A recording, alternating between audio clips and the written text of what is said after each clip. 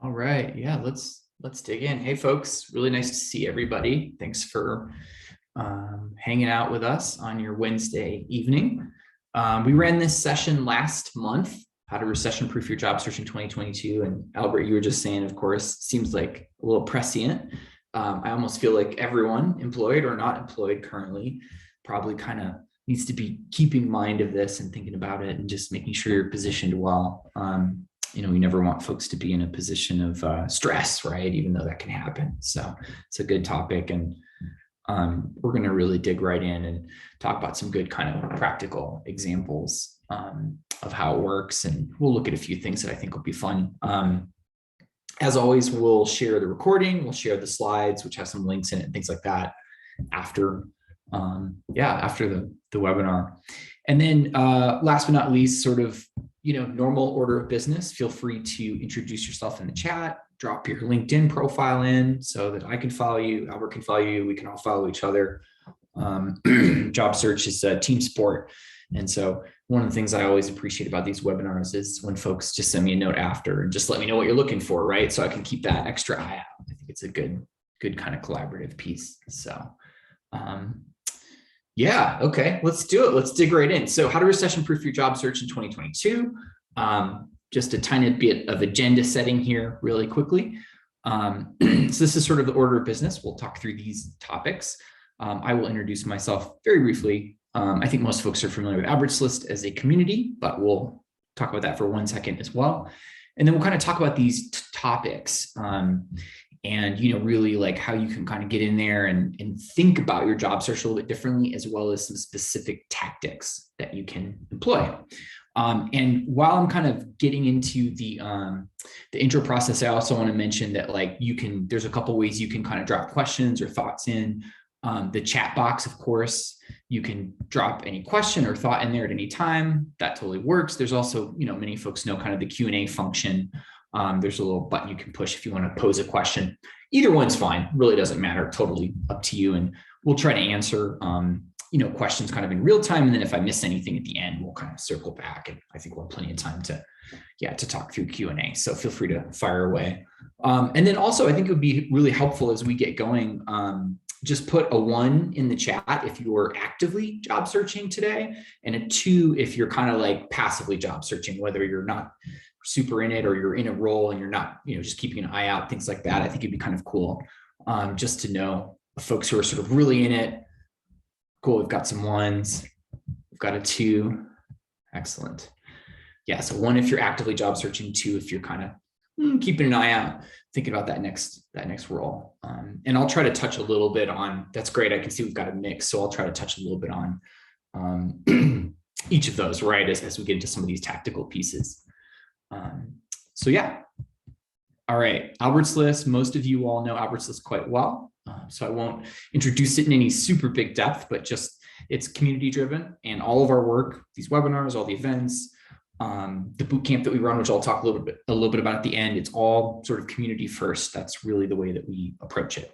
And it's been around since 2013 when Albert kind of kicked it off. And I've been involved since about 2014, maybe a year after it started, and have been a moderator as well as a participant for quite a long time as well. So that's a little bit about the Albert's List piece.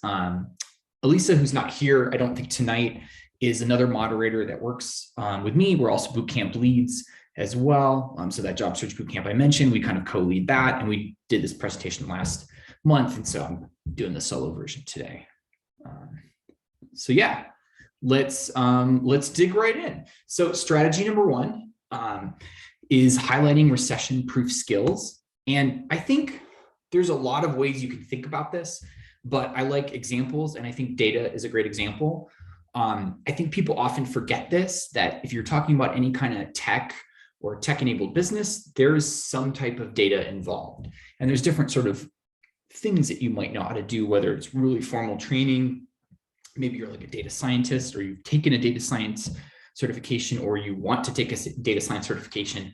But it could also be as simple as, hey, I worked on a support team, and I actually was the person that, even though it wasn't exactly in my job, I was the person who collected all of our, customer feedback and reviews, and I categorized emails, or live chats or something like that. And so my job was to kind of gather it, collect it, categorize it, and then create some insights. Once a week I would send out highlights.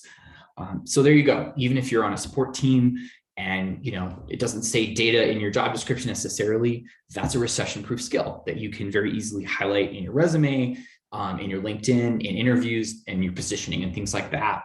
And then there's sort of another aspect of it too, is that these sort of two comparisons of like, I mentioned kind of gathering data, formatting it, hygiene, which is sort of structure, cleanup, things like that. Maybe you're the, kind of spreadsheet wizard in your office. That's very common for one person on the team to be, really good with that sort of thing. And then you've also kind of got that like presentation, analysis, strategy piece. And so one other thing to think about too is that there actually are a lot of what people call kind of recession-proof industries or recession-proof jobs.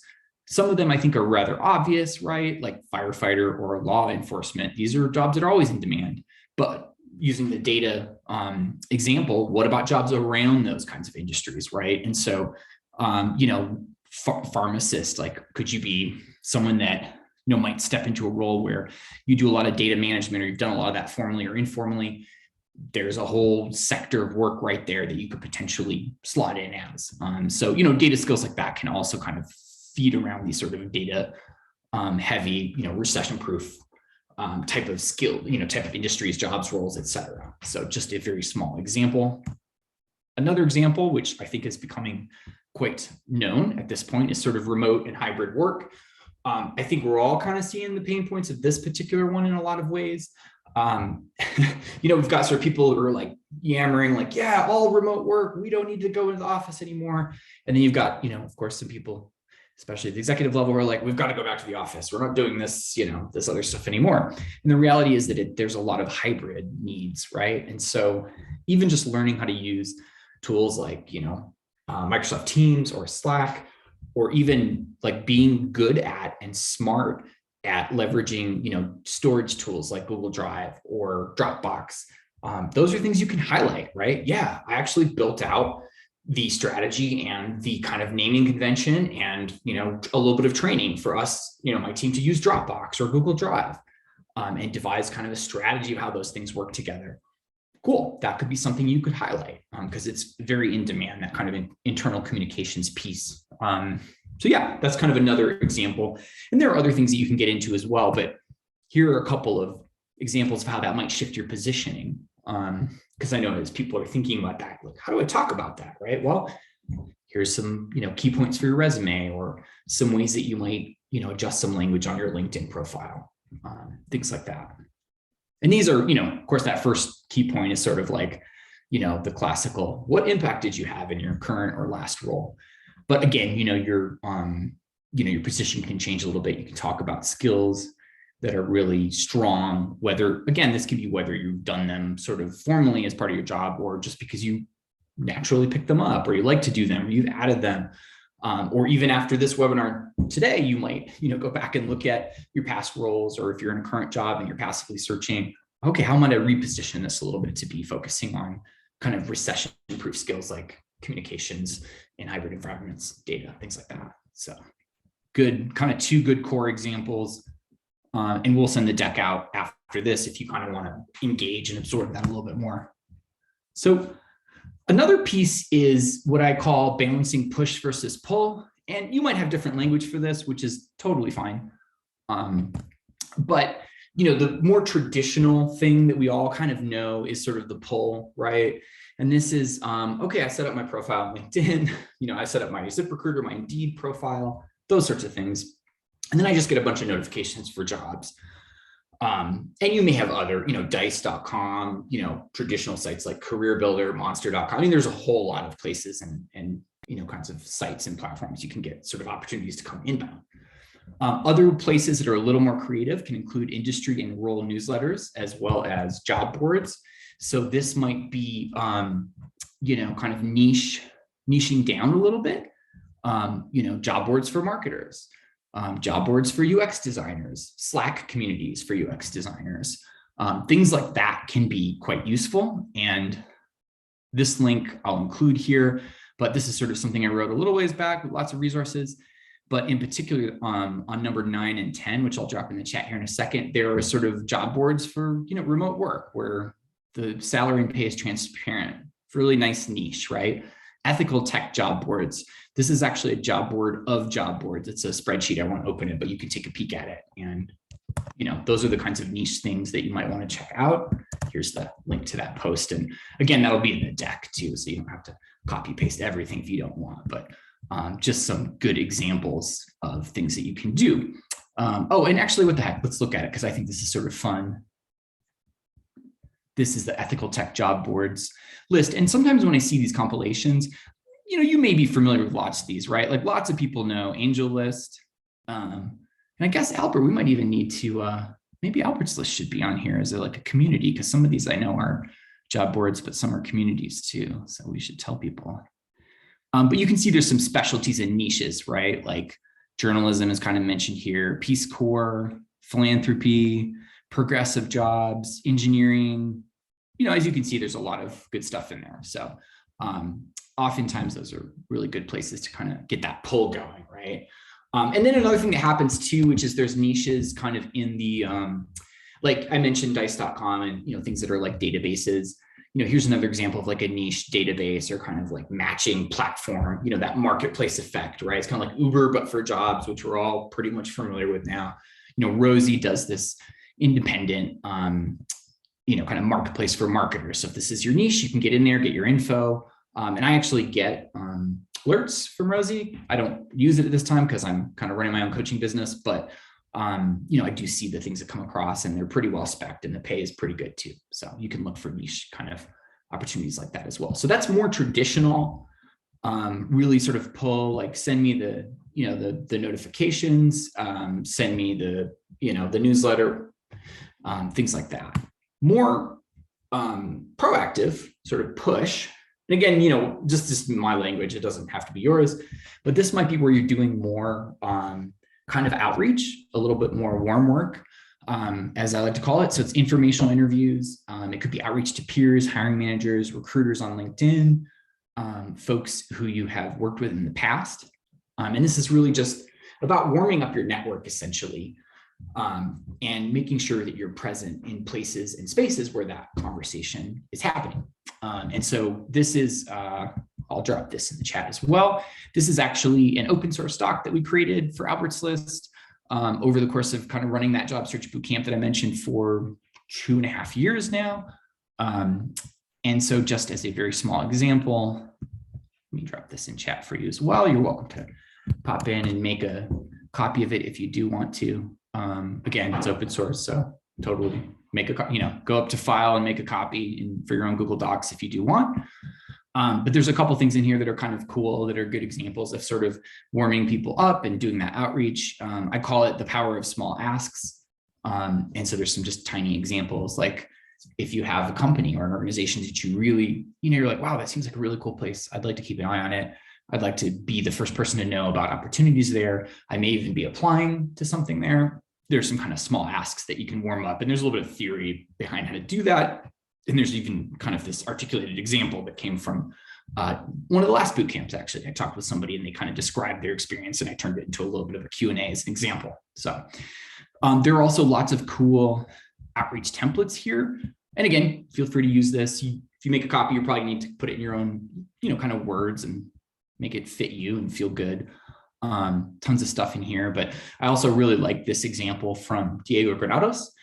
Diego is actually he's been at Albert's List events and he's presented. And since he wrote this post a year ago, he actually became a product manager at LinkedIn using this philosophy that he talks about here, which is kind of fun.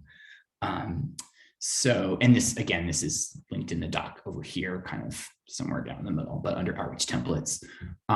So you can actually see hiring managers who are saying, hey, I'm hiring for X role on LinkedIn. And if you're job searching, whether it's active or passive, this would be, I would take this link, I would put it into a little calendar hold, like 30 minutes twice a week to do this strategy, and just make sure you're not missing any hiring managers or teams that are hiring that are mentioning the kinds of roles that you want, because hey, that's extra at bats and it's a little warmer than just sending it into, cold application, right? So again, very easy process to kind of take. And yeah, and kind of use on a regular basis, build into your habits. Oh, great. And then there was a question in chat. Will we send an email after walking and listening? Unable to? Yeah, no problem. Absolutely. We'll send you an email afterwards with recording, and then the deck, which has these links that I'm kind of showing and mentioning as well. So no problem. We'll make sure you get that. And Diego's great, by the way, just a genuinely awesome person to follow. If you're in product management or you'd like to be in product management, definitely check out some of his content. He has a bunch of really cool stuff about how to get into the field, how to find a job in the field, that sort of thing. So yeah, so that's kind of that outreach template. And again, everybody does this a little bit differently, but as a sort of small example, which I'll talk a little about later, a lot of people don't do this work. They just do the traditional stuff. Well, I applied to, 150 or 200 jobs this month through LinkedIn, ZipRecruiter, Career, whatever it might be, Indeed. And they really don't kind of build this stuff in. It's a different set of habits, but it's powerful. And especially if you're, kind of letting other people who are doing job search activities alongside you, your fellow job seekers, hey, there's 22 people in this webinar right now. You all could be kind of a cohort for each other, right? Where you're making sure that you know what each other's looking for, and kind of support each other in that process. Because sometimes in this push piece, like it just helps have other people having their eyes out, right? So that you kind of have like a human job engine in a certain sense. You're not dependent on the tech or the platforms. And we do that in the boot camp, and I'll talk about that at the end too. So strategy 3 kind of touches a little bit on that niche piece that I mentioned. So if there is a marketer or two on this webinar, you'll probably know the phrase, the riches are in the niches, as we kind of joke, but the riches are in the niches. And the idea is that specificity matters. So a lot of people will be like, oh, hey, I want to be a product manager at any of the big tech companies. Okay, that's a pretty big swath. Or, other people might say, oh, I just want to get a copywriting job. I don't care what industry, I don't care what size company, it just doesn't matter. It's harder to search when you don't have a customized target. You can have more than one, right? So like with this particular example, this is maybe even a little too specific, but Series B social impact startups with no layoffs. So for folks who don't follow a lot of sort of venture capital, I'm sure a couple of people here do, this would be, startups that have raised Series B funding from VC venture capitalist investors in the social impact space, but they don't have any layoffs in the last, 6 months or 12 months. Well, how might one find that out? Here you go. Here's sort of a good example. By the way, if there are any marketers in the building, I really, really like Crunchbase, and I followed Shani for quite a few years. She's a really phenomenal CMO. It's a great team over there. And yeah, keep an eye out for jobs over there. I think it would be one of those places that I would recommend checking out. Cool, well-run, cool team to work for, lots of interesting stuff. And she talks about kind of how to filter here, and you can actually very easily filter either kind of the funding or the layoffs that, funding rounds or layoffs that a company might have gone through. And there's a lot of stuff here about how to research. I won't kind of bull you over with it, but you can answer that question quite easily. Like, what's the funding round? What's the space? Have they had layoffs? Things like that. And by the way, if you're not super familiar with startups, when it does come to the venture-backed ones, there's some variation, but in general, pre-seed to seed is companies that have raised, up to a million. Sometimes seed goes into the 2 or 3 million. The market is sort of recorrecting right now overall, along with the economy. Series B or Series A might be like 2 million to 7 or 8 million. Series B might be like 8 million to 15 million. I mean, it does vary a little, but as you go through those kind of rounds, you kind of also have corresponding numbers of employees and teams that are brought on. So if it's like Series A or Series B, they're hiring a lot for operations, design, things like that. So you can research that more, but I just wanted to mention that briefly as an aside. If you are kind of looking into the startup space, yeah, there's sort of employee buckets of employee sizes and types of teams and things like that. And I worked as an operations manager for a startup. That was my actual first startup job. I think I was an ops manager from seed to Series B. So quite familiar with those spaces. And then the other thing too is as you kind of get into that push piece, and just sort of doing more sort of riches or in the niche, you follow people, right? And keep an eye on them. And so one other example I'll give you is 3 years ago, I kind of redid my search. At that time I was sort of looking at marketing, and yeah, I followed a whole bunch of, this is the niche that I went after, which you could easily copy if you wanted to.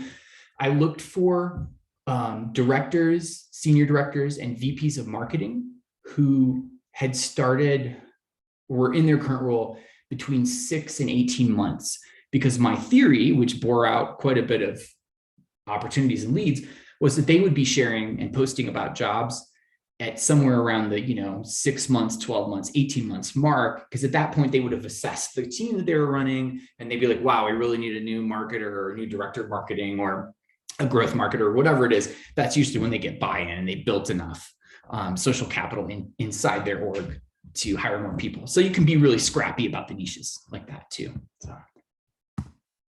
And there are other research tools, which I won't go super in depth on, but you can, if you're interested in big public companies, you can look at their earnings releases, their quarterly earnings that come out.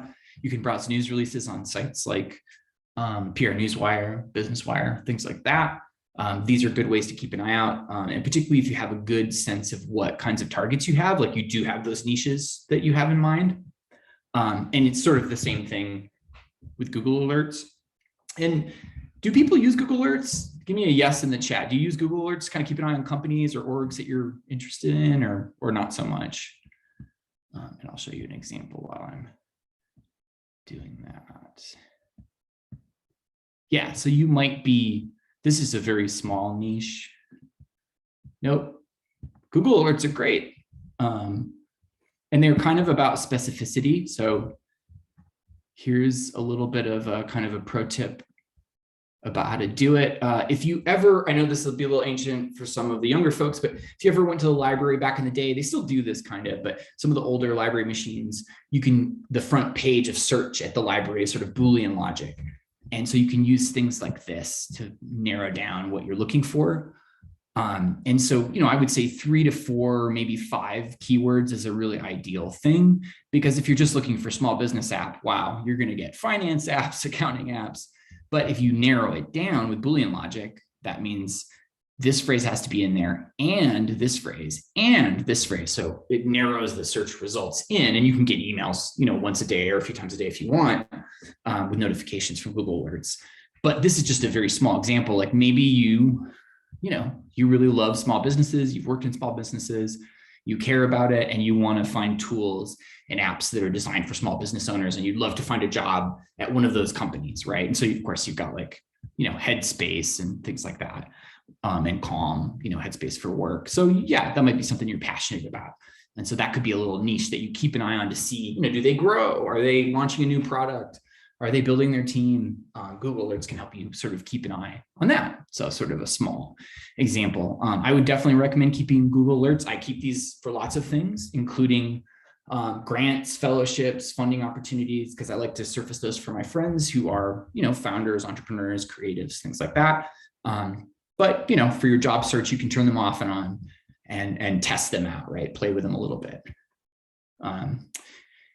Yeah, and that I could go really deep on that. I won't sort of get really lost in there, but just remember that there is a lot of power in kind of getting stuff to come inbound too, as we were kind of talking about a little bit earlier. So strategy 4 is keeping the fires warm.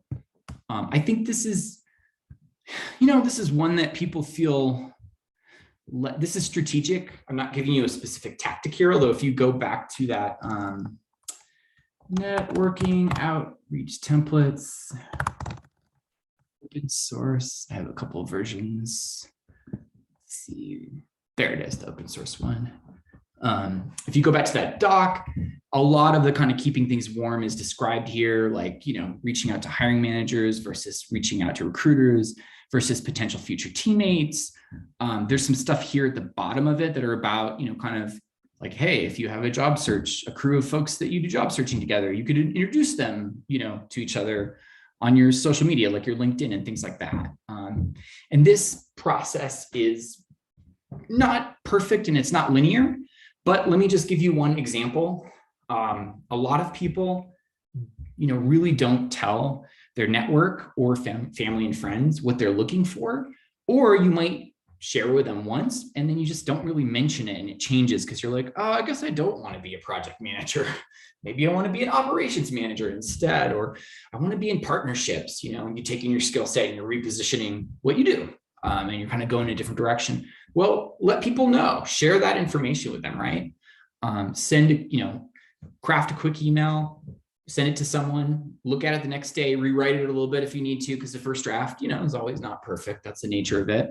And then, and then send that off to everybody in your network and use the power of small asks. I talked about that a little earlier, but hey, so-and-so family friend, uncle, previous boss who you have a good relationship with. Maybe that's not everybody, but might have that. Previous coworker, someone you trust and who knows you and knows your work and has been a supporter in some way. Hey, would it be okay if I sent you a quick note with 2 or 3 sentences about what I'm looking for so you can keep an eye out if something pops up? Use that, right? Most people are going to be like, oh, you want me to read 2 sentences and just let you know if I run across anything? Yeah, I think I could do that. That's not that big of an ask, right? You're kind of warming them up. You're keeping the fires warm.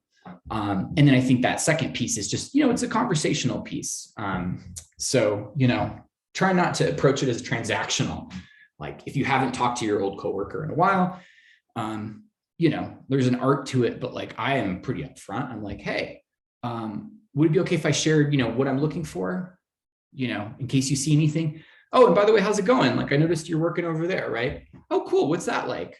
You don't have to have that conversation all in one DM in one 20-minute period. Like, message them the next day. Wow, that's super cool. I like how you mentioned this. Like, do you like that part of your job? It seems like, what you've got to do is manage partnerships with new providers, if it's healthcare or something like that. Open the door, keep that conversation going. And, same thing with recruiters, hiring managers, et cetera. Like, just try to think of it like a conversation. I think that part can be a little hard and intimidating, but practice, right? Kind of keeping those fires warm really helps. So we're on strategy number 5, which is create a repeatable job search. This is for the process geeks, right? If you like process, being organized and focused is always a battle in the job search, but I think it's even more important during, we're in a downturn. I don't know that we're in a recession. Everybody's sort of, oh my God, is the economy going to go into recession? I don't know the answer to that either, but things get stressed out, right? Everybody gets stressed out. Things get messy. Communication is less precise. And so if you're a job seeker, active or passive, be organized about that, right? So that you can stay in touch and you can not spend, and I'm not judging anybody, I'm just saying like I've absolutely spent 2 hours being really frustrated. And then have you ever had an interview or, did some follow-up messaging or emails or whatever after you just were like, where the fuck is that job? I can't find that thing. I tried to apply to the other thing and I don't even remember. Is that when is the interview for that? Like if you're not organized, it shows in every part of the job search. So, I remember on the last kind of webinar we did in August on this topic, someone was like, this sounds like a lot of time to create, a job tracker. And I'm going to show you a couple of examples here. It could take you an afternoon to do this really well. Might take you a day and a half. I don't know. Everybody's a little different, but it could take you 3 days or 5 days or 2 weeks of time where you're sort of trying to come back and deal with everything all the time. So invest a little bit of time in organizing your search. I really like this. It's essentially a template. Some of you may know Selena Mendoza. Selena is a product leader. She is phenomenal. She has been in the Albert's List community for many years. And she's just an awesome person. She's also an artist and a creative and just a cool person.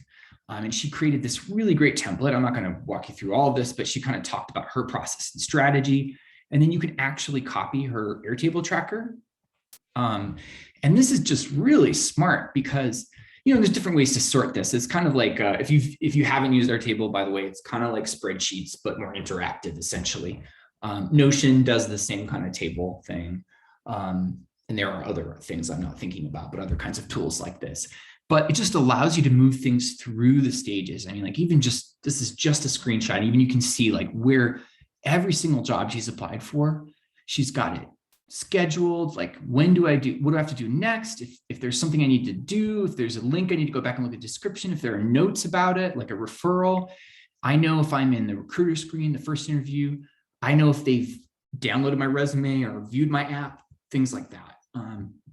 And, look, you don't have to have, this is an organized mind. Like Selena's very organized. She's a roadmap oriented person, because that's product managers pretty much almost always are.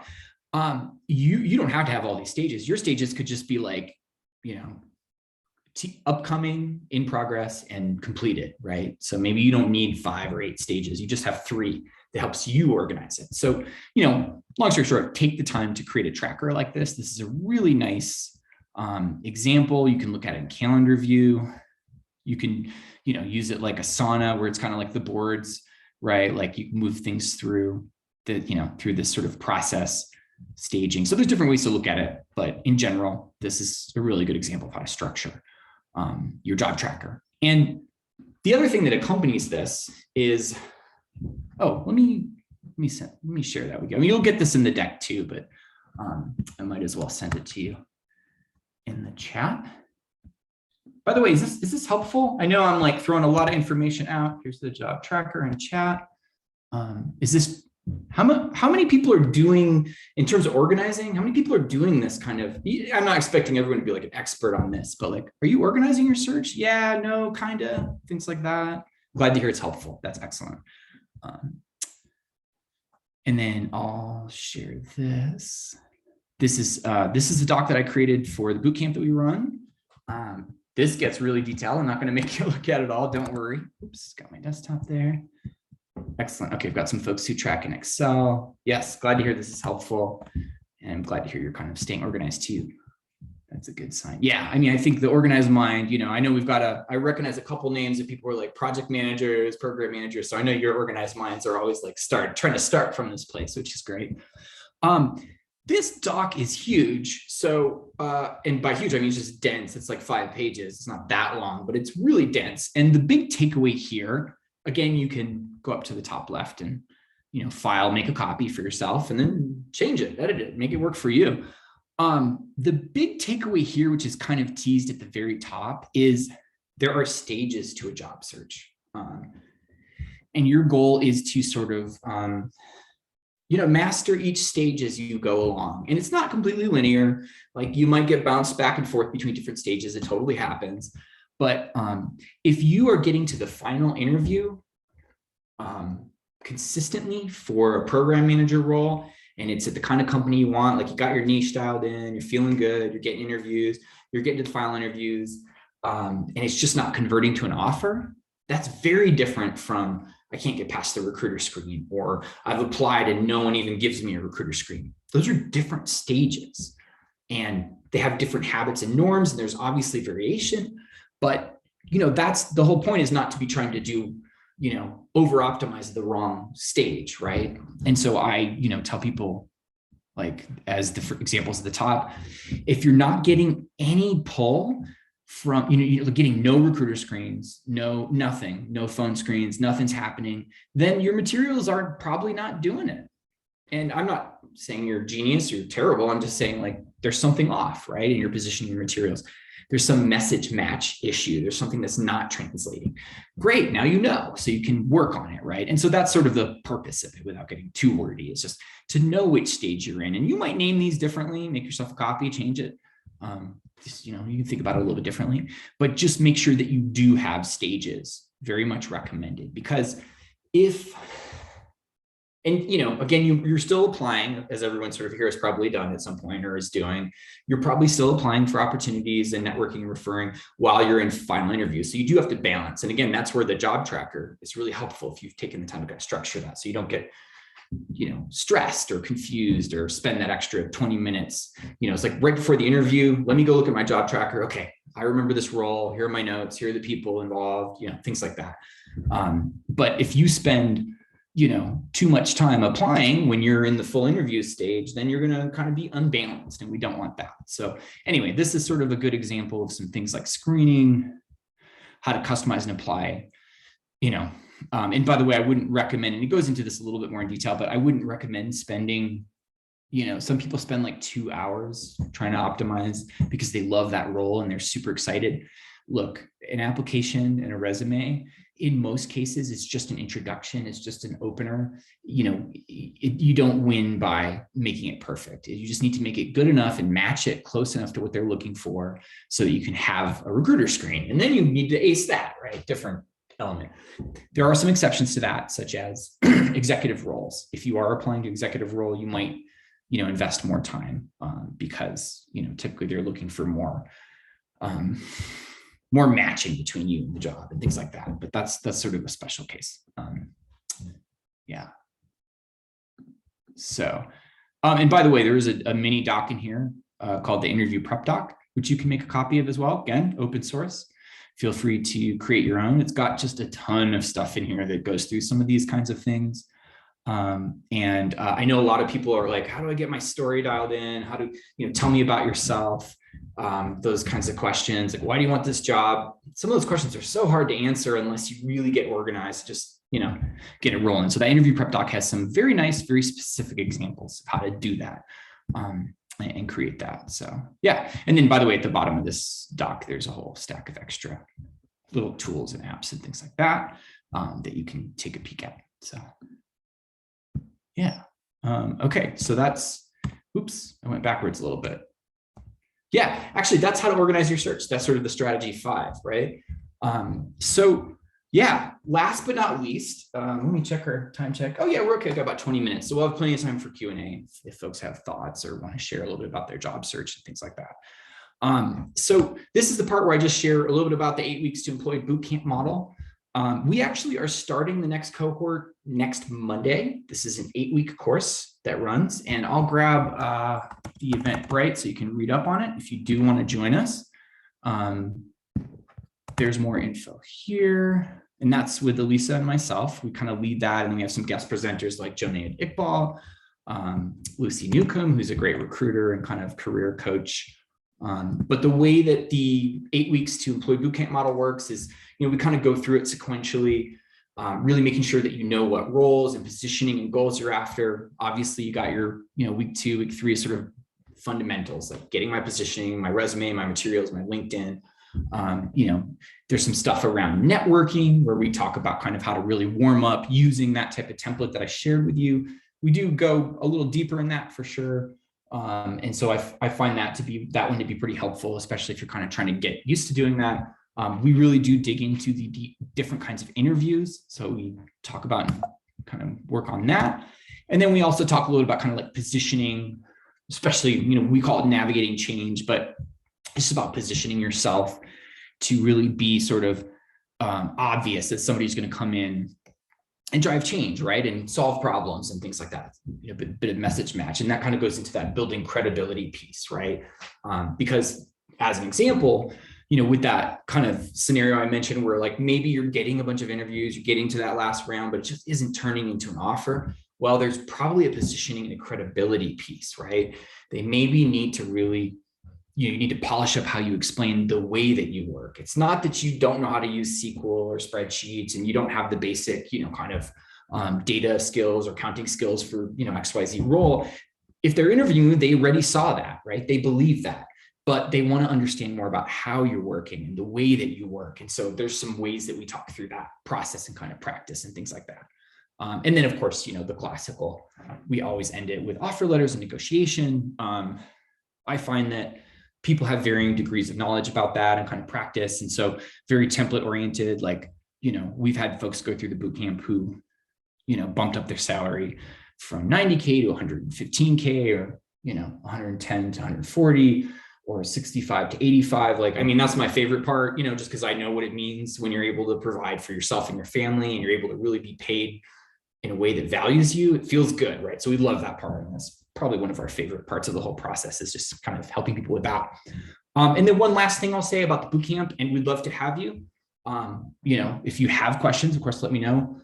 Pretty easy to reach on LinkedIn, which I'll drop you on my LinkedIn here. Oops, that's recent posts.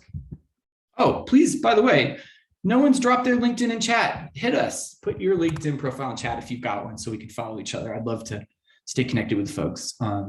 Just how can I be of help, right? I think the job search piece is kind of a team sport. That's very much the truth of it. But the thing I was going to say is that, yeah, I mean, we really do try to approach the bootcamp as an accountability piece. And it's also an opportunity to have peers in the process because, you know, the job search can be stressful and difficult and you need feedback, right? And so that's why we designed the bootcamp I think it was like 2.5 years ago. It really came from community, right? It came from the Albertsless community. And we saw this, we kind of learned about this process together. Albert actually created the very first kind of MVP or prototype, and then we turned it into the bootcamp over time.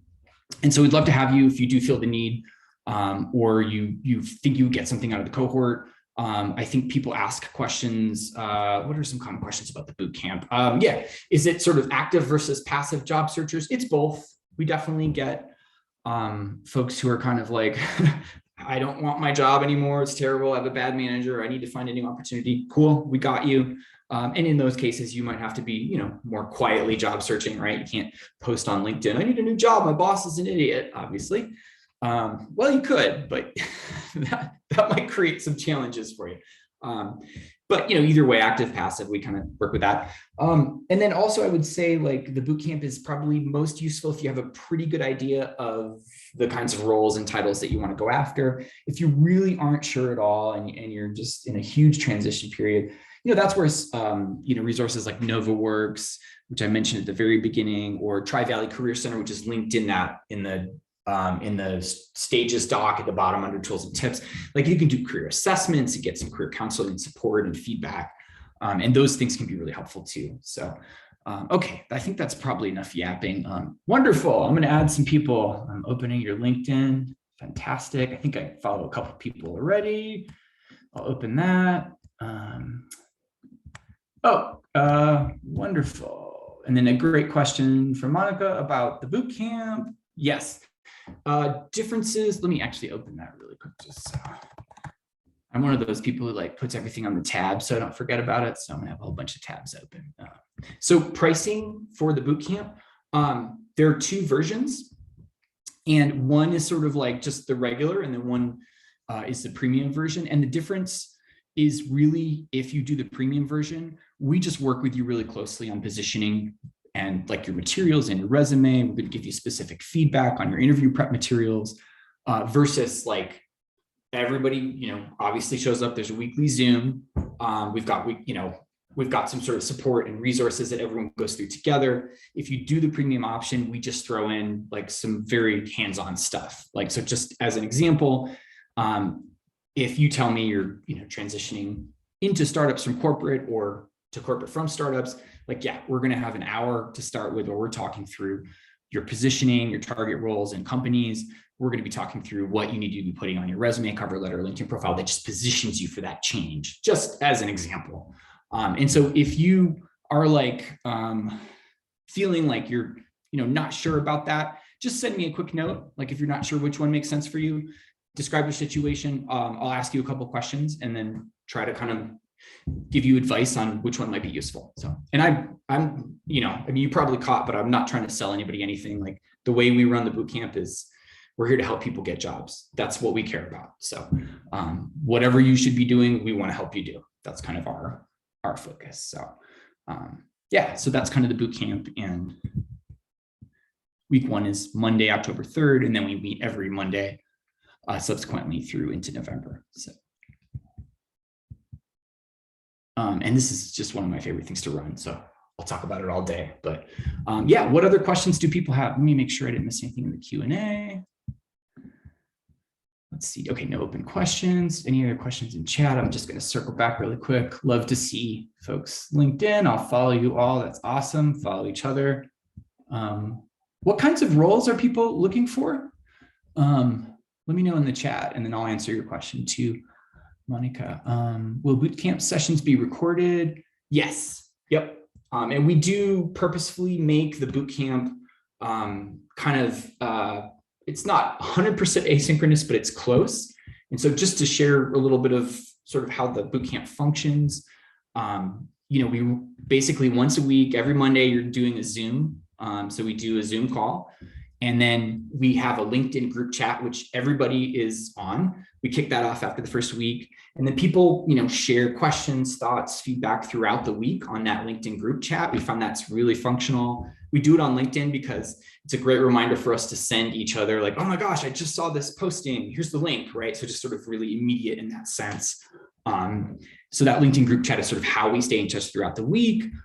If you are doing the premium version, then I'm also probably checking in a little bit with you. Elisa and I are just kind of checking in with you on a separate chat occasionally to make sure that any specific things that you need some support on are addressed. If you need, we try to go above and beyond. That's kind of the way we look at it, whether you're in the regular or the premium. Like, we're going to go above and beyond to make sure that your job search goes well and smoothly and that you're able to accelerate it. And I think I may have mentioned it, but, for us, it's sort of like the phrase is sort of the proof is in the pudding. About 35% of each bootcamp cohort lands at least one offer within 8 to 9 weeks. That's been the case across the cohort. So we're really serious about that. We want people to get jobs. Sometimes there are other circumstances. So we know it's like not always possible, right? But if you're focused and you really want to accelerate your job search, the bootcamp is a great way to do it. So awesome. Let me see. We've got some folks. Technical PM, role in privacy. Oh, Mara, cool. Good to see you. It's been a minute. Excellent. I'm going to message you about that because I have a couple of people I know are interesting. I don't know if they have jobs, but just make sure you're on the radar. RevOps leaders, wonderful. Role in marketing or account development, very cool. Positions related to water resources or climate. Awesome. Okay, Christy, I've got some interesting stuff for you. I'll send it to you separately in case you haven't run across it, but I've got some cool places to look for opportunities and orgs around those. Marketing manager, some role in med, large tech or consumer orgs. Excellent. Okay, I'll probably message you about that too. And then Keitha, I'm looking for a management analyst position. Wonderful. Okay, cool. Love the variety. That's awesome. That's good. I like that. All right, hopefully you've all put your LinkedIn, and I think I've caught most of them already. Yeah, any other questions, thoughts, feedback? I think I explained the bootcamp well, but like I said, I'm not really a salesperson. So if you have other questions, drop them in chat, or you can DM me separately. Again, we're not for an ex-marketer. I'm not very good at marketing it. I just love doing it, right? We love seeing people get their search accelerated. So that's the way we roll. And yeah, any questions you have about that process, you are welcome to hit us up. So, oh, and by the way, if you, I'll send the deck after, but if you go through it, you can sort of click through all the links on it. I shared some of the things, but everything here is really linked as well. So very easy to get to. And the way I go back is in my organized mind is like, I just open all the links and I'm like, okay, how could I make this work? So one tip I would give you, if you're like, wow, that was a lot of information, which it kind of is like calendar it for yourself. Like, grab that link to that networking and outreach doc, put an hour on your calendar, put the link in there, and give yourself a little key points, list, like copy the doc, try a couple of templates, write a note, template message to past coworkers, like just organize yourself around some of the material in this deck too. That'll kind of help you start to feel good. Yeah. And then I guess maybe one other thing I would share, and then we can kind of wrap it up, is just, sometimes I start with this, but I definitely always finish with it. So I'll finish kind of with this sort of reinforcement is, don't do the job search alone. And I really don't say don't or should very often. You're your own person. You do what you need to do to make your job search work, but it's a team sport. And, the world can be, in general right now, the world can be kind of isolating and, scary and stressful. And, the job search just illuminates a lot of that. To be honest with you, it kind of accelerates it in some cases. So don't do it alone, right? You've got a community. If the bootcamp works for you, that's great. We'd love to have you. If you're in the Albert's List community and you haven't kind of reached out or shared or commented or whatever it is in a while, then get in there, just open it up. You don't have to go crazy with networking or outreach. Just kind of start warming it up, take a step, right? Iterate it. If the next step is just to introduce yourself to, to like a, to a new forum, a new group or Slack or whatever the case might be, warming up your old colleagues that you haven't seen in a while, just take the next step. That's all you really need to do. And as you get momentum, you feel better and you get excited. So, oh, wonderful. Thank you, Nikita. So glad for that, that encouragement message. That's wonderful. That's what we want. We want those big jumps and those gaps that you jump and make you feel good. Yeah. And then, as a last little kind of bookend to that too, along the lines of don't do it alone. Like I always recommend in my coaching practice, but just in general for people is like have resources. And so I'll just show you, this is one of the FAQs. I feel like I write about this on LinkedIn, maybe every month or two. Where is it? It's just, gosh, why did I put it at the bottom? It's probably the most important one. Just make sure that you have resources, right? Because job search, whether you're active or passive, can be difficult and stressful. And I am non-judgmental. Like, I'm not saying you should go to the bar every night and drink, but hey, that can be a tool for some people, right? To blow off steam. I don't think it's that healthy. I've been there, just kind of give you my perspective, but whatever it is that you're going to do, just have some different resources like the ones shown here and keep adding them, right? And then if something doesn't work for you, let it go. That's totally cool. But just keep adding new ways of relating, new resources and supports for yourself. Because it just helps you stay balanced, helps you stay relaxed, it helps you have leverage, and it helps with the rejection that can come with job search, right? When you get that sort of terrible form email that's like, we put you through 6 interviews, but now we're going to send you a form email that's like, thank you, candidate first name for interviewing. Unfortunately, you're only going to read that and be like, God, these people hate me. I put all that effort in. It helps if you've got a team and, you do think of kind of having different supports and resources. So yeah. All right. That's it. That's all I'm yapping about. Any other thoughts, questions, etc.? Great questions, by the way. Love that. Really, lots of really good thoughts and questions. And, just even with this group, I'm like, yikes, y'all are really sharp. This is good. These are the thoughts and questions that you have to do. So really glad to have you all. And yeah, I guess I'll give you back about 5 minutes. I am one of those people who's like, let me try to not push you past the end of the hour all the time. And, really thank you for spending some time with us. And, just know that the job search is, we know it can be stressful. We know it could be a lot of work, but it's worth it, right? You're worth it. Your life is worth it. Your family and your aspirations, your ambitions are worth it. And you deserve to be valued and appreciated. And I just want to say that because just meeting you all a little bit and re-meeting a couple of folks I haven't seen in a minute. It's just so nice to see you all. And yeah, you're not alone, right? We've got each other in that process. So, all right, that's the hug. I'm giving you the big end of the webinar hug right there. Yeah. And then message me if you have any thoughts at all, questions, whatever the case might be. I'm going to actually probably message you all and be like, awesome. Now I know what you're looking for. I'm going to keep an eye out because that's kind of how I roll on LinkedIn. Yeah. And just make sure that, you've got a cohort of folks around you, however you choose to make that work, that supports you in your job search, and don't do it alone. So, all right. We'll send an email out with the recording afterwards and the link to the deck, and, any thoughts, questions, feedback, we are open. So let me close this off and stop recording.